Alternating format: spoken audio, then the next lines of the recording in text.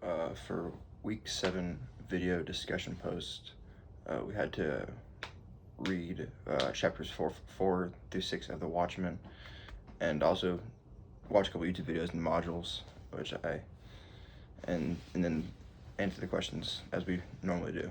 And for the first question is, John originally intended to become a watchmaker, and he's before he was Dr. Manhattan.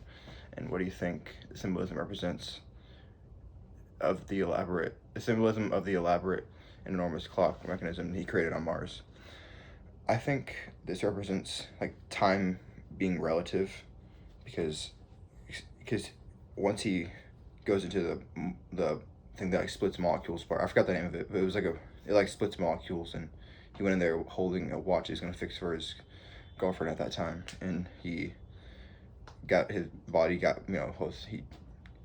he got that's how he got powers when he went to the molecular shredder with the watch. So, and now he experiences time all at once. So it's like time is relative, and you can see that like examples in our life, because like time passes faster. Like when I've people, you can talk to like your grandparents, and people they'll say that time passes faster the older you get, and things like that. But time is always 60 seconds in a minute and 24 hours in a day.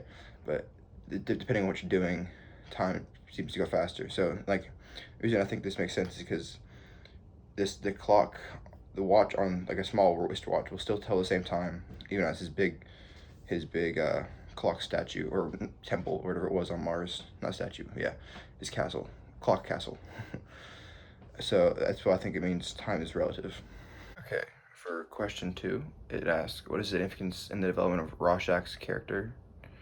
What do you think Kitty Genevieve's case had to do with his character development? And I had to say, well, Rorschach, he was like a normal. He wasn't like more normal. He was more normal before the whole Kitty Genevieve's situation went down, but he's kind of been twisted his whole life because his mother was a prostitute. So he's been, and his mother was physically abusive to him. So now he has like this weird thing in his head where if he like any public affection or sexual acts like just like scares him, or like it reminds him of his abusive mother, which he hates. And the whole Kitty Genevieve thing, once he heard about what happened to her, he just had the realization that like humanity is just toasted. There's just no coming back from this. Like, we just need to give up on this, and the world is over. So, and that's after that he had that realization, like it's like nothing matters anymore. Like that's what his realization was. So now he says something. He says something like, so, and after he had that realization of nothing matters, he's like, I will get justice I will fight evil no matter what the cost is, because nothing matters, and I can get away with anything. Not get away with anything, but nothing matters. So as long as he gets justice for someone who thinks that life matters, he did his job. Or for the third question, it is based on reading in the module. What do you think the graphic novel provides a story within a story? And before reading the modules and reading this question, I thought the story within a story was, and watching YouTube videos also, that helped me comprehend a lot more than I did last week, was that I thought it was talking about when it was we're seeing Dr. Manhattan's different time perspectives. I thought they were like I thought they could be like different timelines that would unfold, but it was just him experiencing time all at once, which is kind of like a weird way to. It's kind of. I just wasn't ready for. I mean, it was kind of cool because I didn't expect it to be written in a comic book like that.